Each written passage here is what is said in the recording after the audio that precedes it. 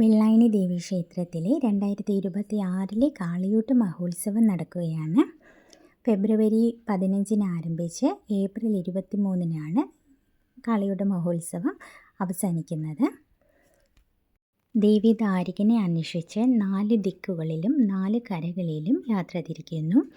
4 ദിക്കുകളിലും 4 കരകളിലും ദേവിക്ക് ദാരികനെ കണ്ടെത്താനാകുന്നില്ല. അവസാനം പർണകെട്ടി അതിന് മുകളിൽ കയറി ദേവി ദാരികനെ കണ്ടെത്തുന്നുണ്ട്.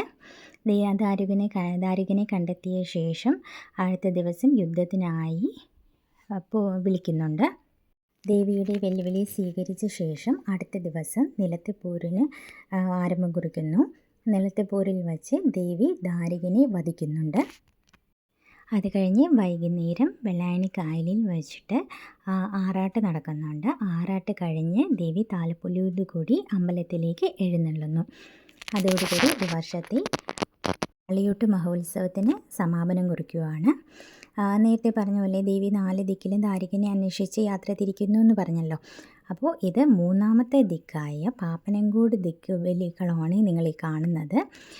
ഈ പാപ്പനംകോട് ദിക്കുബലിക്കളത്തിൽ ദേവിയുടെ കളങ്കാവൽ നടക്കുന്നുണ്ട്. കളങ്കാവലിന് വേണ്ടി ദിക്കുബലി അലങ്കരിച്ചിരിക്കുകയാണ്. പൂവാണ് താഴെ മുഴുവൻ വിരിച്ചിരിക്കുന്നത്. ദേവിയുടെ കളങ്കാവൽ ഉടൻ തന്നെ ആരംഭിക്കുന്നതാണ്. അതിനുവേണ്ടി ആയിരക്കണക്കിന് ആളുകൾ ദേവിയുടെ കളങ്കാവൽ കാണാനായി കാത്തു നിൽക്കുന്ന ദൃശ്യമാണ് ഈ കാണുന്നത്. കളങ്കാവൽ കഴിഞ്ഞ ശേഷം ദേവി നിറപറ എടുക്കാനായി ഓരോ വീടുകളിലേക്ക് യാത്ര തിരിക്കുന്നുണ്ട്.